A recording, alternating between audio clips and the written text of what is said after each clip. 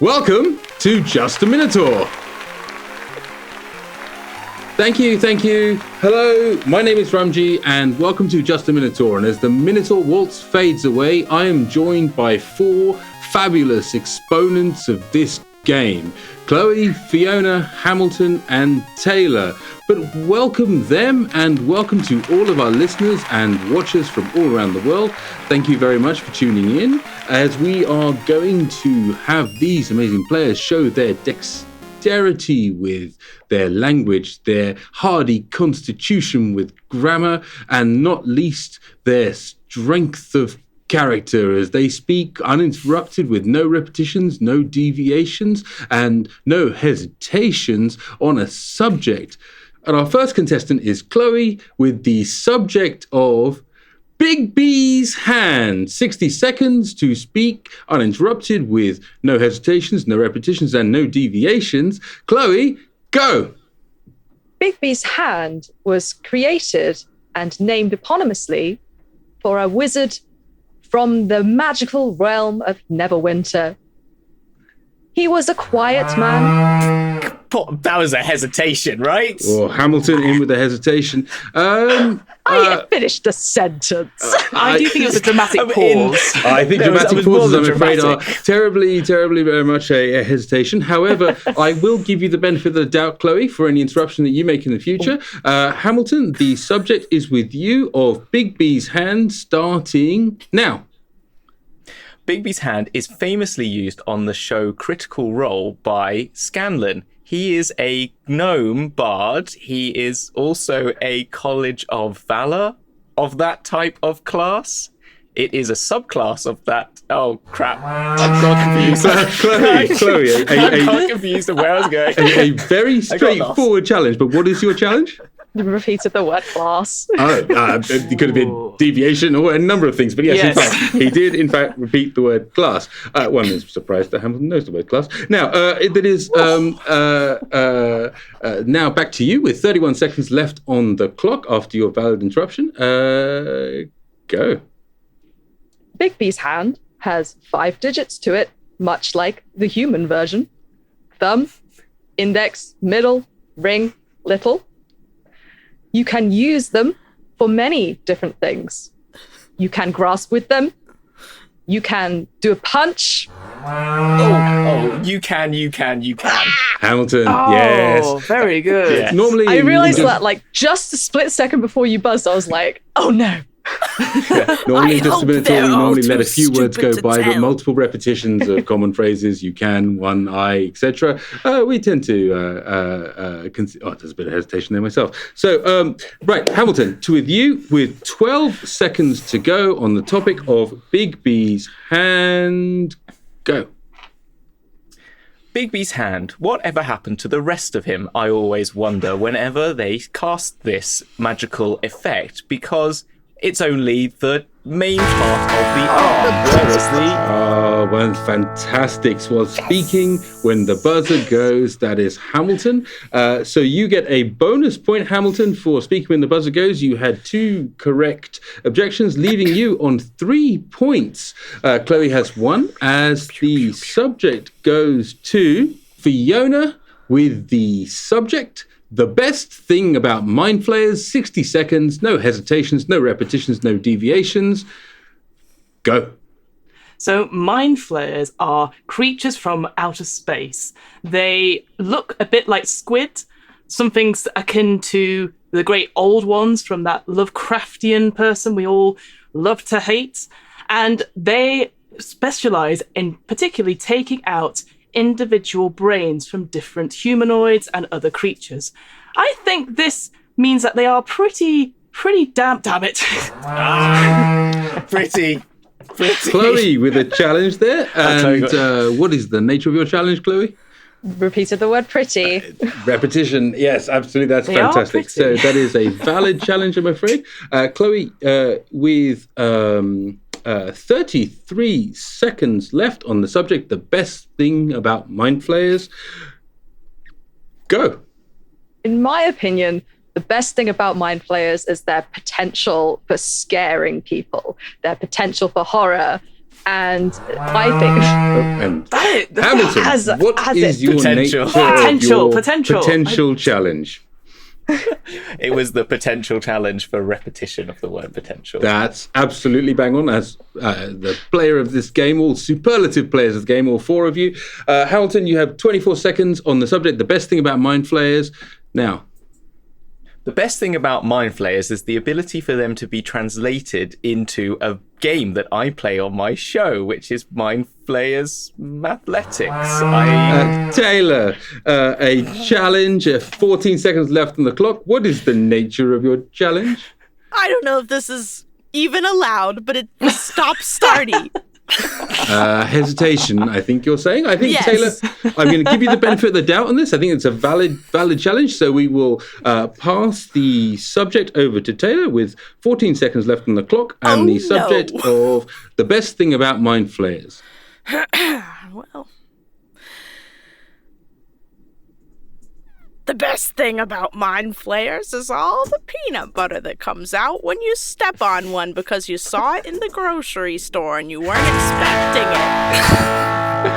Taylor, Yes. I don't know how your wonderful friends let you get away with the 3 seconds of hesitation at the beginning, but nevertheless, you were speaking when the buzzer went off, and you did have a valid challenge, leaving you with 2 points there. That is remarkable. Well done. And so, as we come on to the next round, our next player is Hamilton, and the subject, which he will speak for 60 seconds with no hesitations, no repetitions, no deviations, is that of the mysterious place, Sigil, the City of Doors, though the subject reads Sigil, City of Doors. Hamilton, over to you as we go. Sigil, City of Doors, home to the Lady of Pain, the ruler of said city. It also has a massive river in it, which is called the Ditch. There are many wards, the Hive, the Queen, the Market. Assuming in that last one I mentioned, there would be lots of shops, as well as lots of doors, which are also called portals. Taylor, 36 seconds left on the clock. What is your challenge? Repetition of lots of. Yeah. Oh, very good. I hadn't even spotted that. So, Taylor, that is a valid challenge. That puts you on 3 points. Now, you have 36 seconds on the subject of Sigil, City of Doors, starting now. Well, I got lost in the city of doors. I was looking for a bug to eat, and there weren't none left. And so instead, I went to McDonald's, and they didn't have bugs either. And I went instead down the street, and there was nothing there to eat except dogs. And oh no, what have I done? I've stepped in it. I ordered one because we're in Sigil, City of Doors, and that's what you do when you're here. And so there was ketchup, and there wasn't any vinegar, and I don't know how to do it without those things. So instead, I think there was I don't know. It was a repeat of I don't know. There's definitely deviation from something. I'm not trying. Deviation from Sigil, City of Doors, perhaps, but nevertheless, I don't know was definitely repeated. That is a wonderful challenge. Back to you, Hamilton. There's an extra point for you. As you have 7 seconds left on the subject of Sigil, City of Doors. Go. There are many factions in Sigil, City of Doors. The Athar, the Godsmen. Did you challenge yourself? I didn't. No, Hamilton successfully managed to finish that topic, regardless of what the overlay says. Yeah. You were speaking as the buzzer went, so congratulations. That is an extra point for you, a bonus point, no less.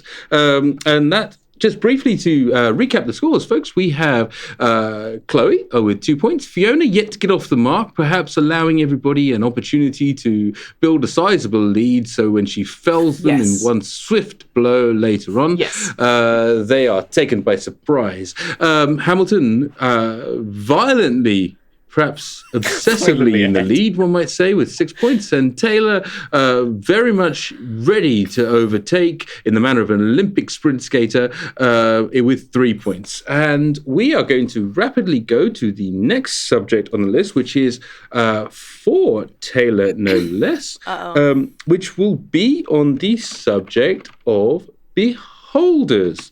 So, 60 seconds to speak with no repetitions, no deviations, and no hesitations on beholders. Taylor, go.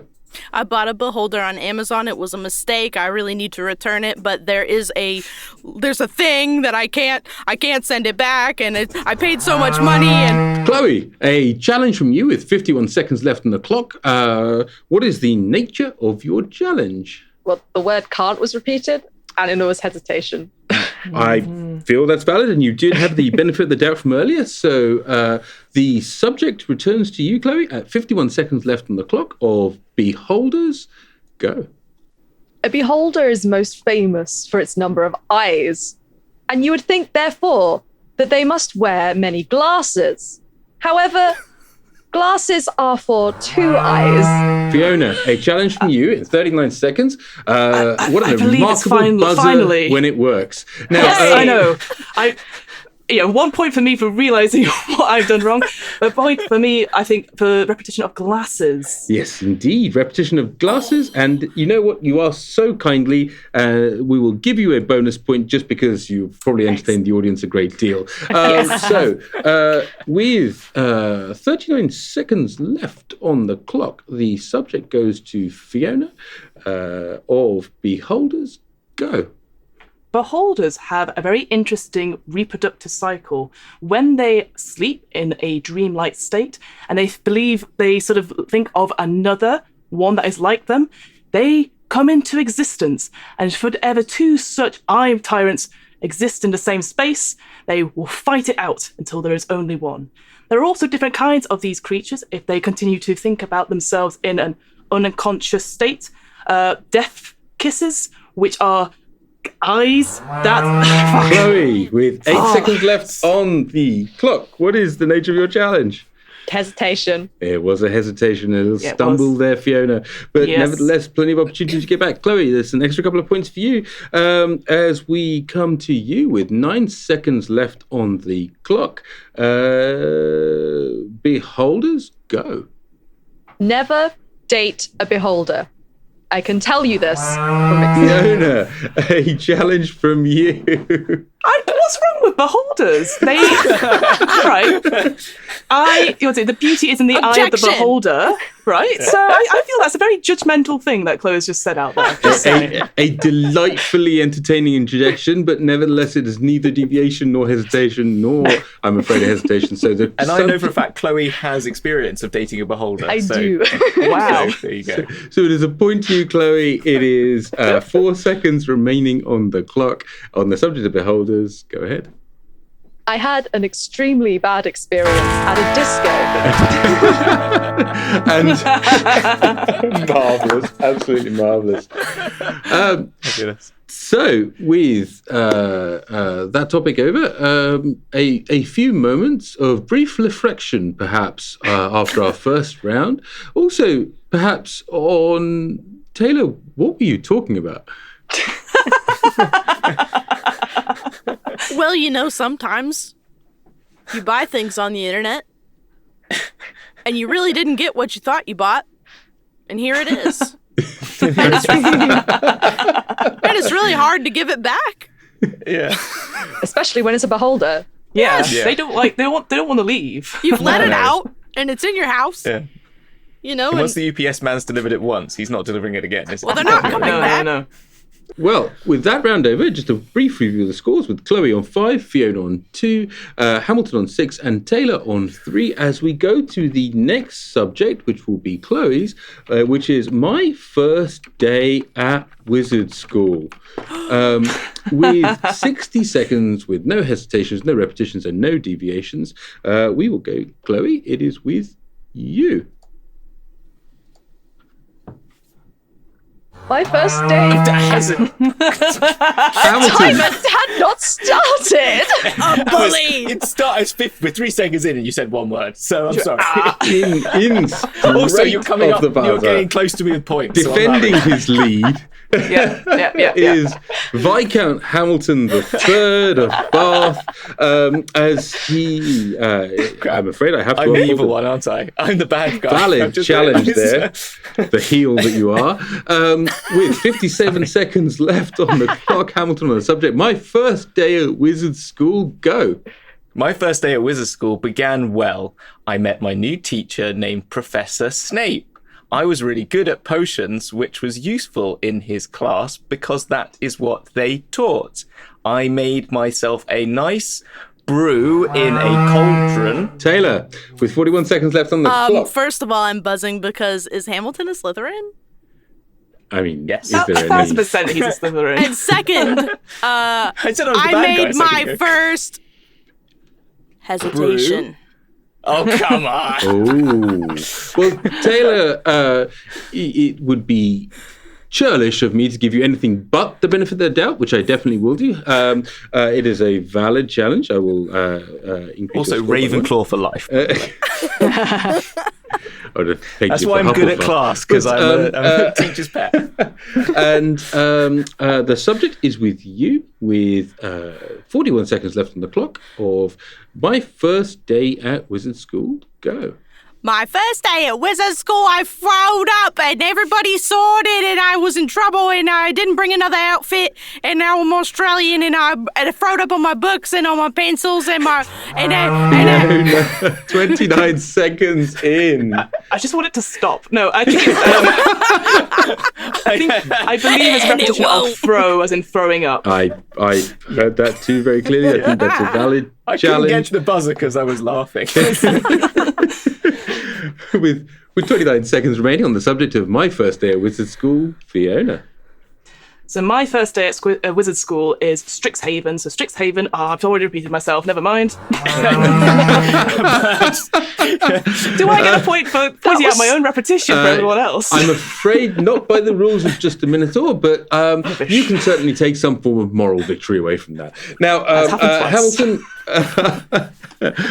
continuing your reminiscence of your school days at Reign of Wizarding Terror. School. I'll do that. Oh, and I can't subject repeat again. things I've said before, can I? Yeah. You cannot. Well, you cannot without getting caught, perhaps. Continuing the subject of my first day at Wizard School is Hamilton, with 23 seconds left on the clock, starting now. I saw someone throw up when I was at my first day at wizard school. Sorry, In fact, the buzzer first went from Chloe at Fiona. 16 seconds, although it does say Fiona on there. You buzzed in second, I'm afraid. So, Chloe, with 16 seconds left on the clock, what is the nature of your challenge other than delirium? I mean, hesitation, I guess. Yes, that is a deviation from standard Spin procedure out. of humanity. any and Professional all standards. of the above. Chloe, the subject is with you with 16 seconds left on the clock. My first day at wizard school. I was a stellar student my first day at wizard school, and I continue to be so. The head teacher loves me. I am very, very, very good at transfiguration. Why did I do that? Damn. With a challenge It's so in easily at done. 4 seconds, Fiona, what is the very obvious nature of your challenge? I believe it's repetition of very, which I also feel as saying someone who said pretty twice. So I do feel you very much on this one. With a wonderful and very accurate interjection. Fiona, with 4 seconds left on the clock, the subject of my first day at wizard school is with you. So the 5 colleges of that university I mentioned earlier are Longhold. And as Fiona is speaking, as the buzzer goes, she gains a bonus point, vaulting her into third place, with our scores being Chloe 6, Fiona 5, Hamilton 8, and Taylor 4. We will have 2 more rounds for today, with Hamilton with the subject of Viscount Hamilton has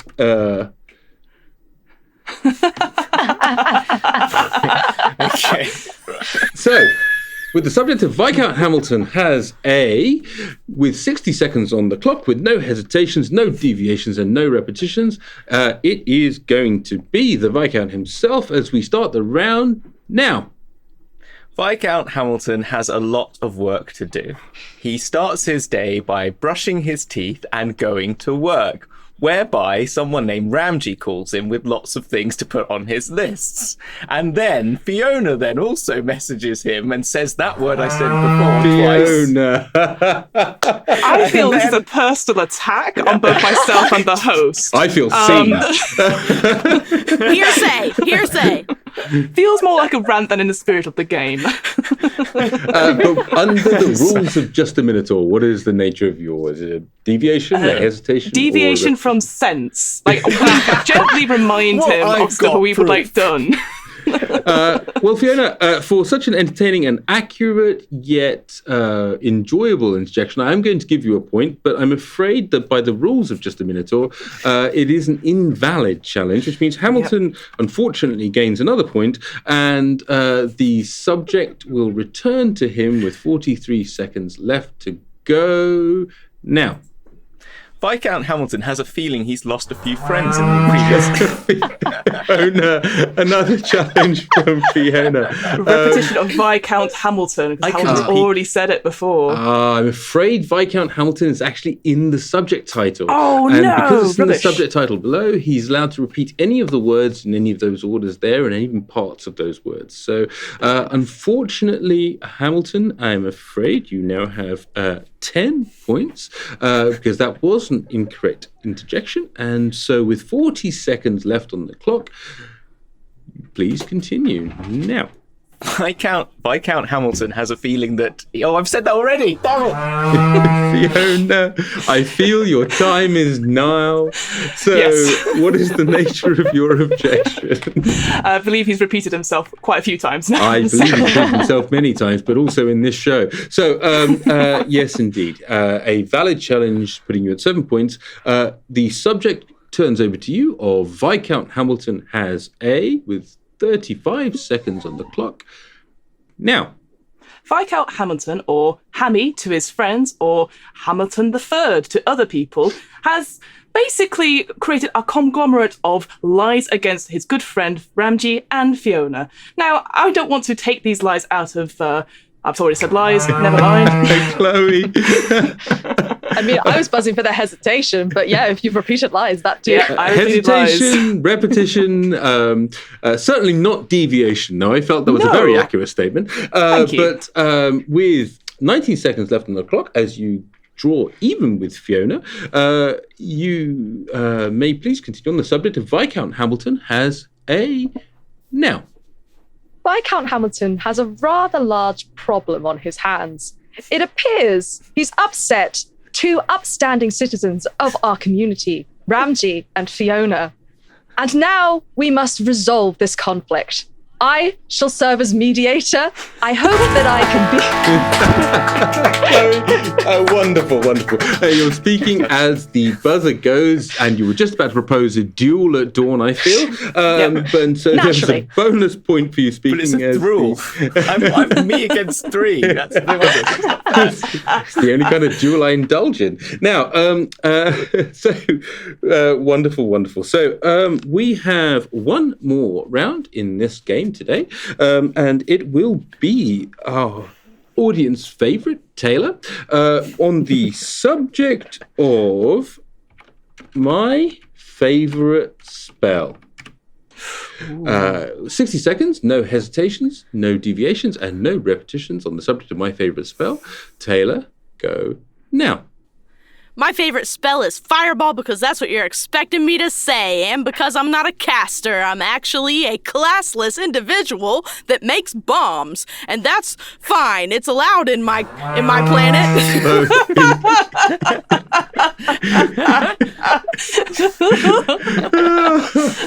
Chloe, what is the nature of your interjection pick by the one rules from of the Just a menu. Minotaur? Well, that's fine. Hesitation. It is, I believe, a valid challenge and a hesitation. I'm terribly sorry, Taylor, but the turn does in fact go over to Chloe, with 47 seconds left on the clock on the subject of my favorite spell, starting now. My favorite spell, as a caster main, is Spiritual Weapon, because it does not require a bonus action. No, it does require that, but it doesn't require... Taylor, what is the nature of your challenge? Requires a big word. Indeed. Indeed. And you have, in fact, made a valid challenge by the rules of Just a Minotaur, and so you gain If I'd actually said what I meant to say, would be fine. Yeah. Isn't that always the way? That is the way. So, with 37 seconds left on the clock, Taylor, the subject, my favorite spell, starts now. My favorite spell is get food. It's what I do best, and I know a lot about it. I do it every day, and when I think about it, I feel better. Chloe. Oh, Chloe just beat me down. With 26 seconds left on the clock, Chloe, what is the challenge? Hesitation. A hesitation indeed. Taylor, a wonderful player of this game, but I'm afraid you did, in fact, hesitate. So, Chloe, with 26 seconds left on the clock in the final round, my favorite spell starting now. My favorite spell actually does not need any concentration, and therefore you can cast it alongside other spells that require that, such as Fireball. Although Fireball, I realise... Hamilton! When I try and use actual stuff rather than things I'm making up, I go, wait, that's wrong. No. Yeah, Hamilton, what is your challenge by the rules of Just a Minotaur? Repeating a fireball. It was, in fact, That's a no repetition crime. of the fireball. Indeed, there's nothing wrong with two fireballs, because the only thing better than one fireball is two fireballs, as we all know. Hamilton pulling into the lead again, just with your interjection, with 12 seconds on the clock on the subject of my favorite spell, starting now. I have no idea what my favourite spell is. If I look across all the tables that are available to me on D&D Beyond, I realise that there are lots of really cool things. I did repeat.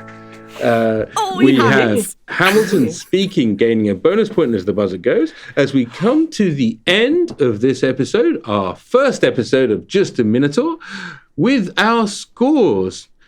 A valiant and noble, if intense, attempt from Taylor with 5 points, entertaining and remarkable. Following and sort of like in the footsteps immediately in front of Taylor is Fiona with 7 points, and also a date for a duel with Hamilton tomorrow morning, pistols at dawn. Sprinting ahead of Fiona was Chloe, just shadowing our leader Hamilton. Chloe has 10 points, and Hamilton, unfortunately, has 12 points. However, I do feel, as chairman, it is only reasonable to apply an arbitrary deduction of 5 points. So, in fact, why 5? Why stop there? Let's go with 9 points. And so Hamilton, it seems, has fallen back into last place. Chloe, congratulations for being the winner of Just a Minotaur.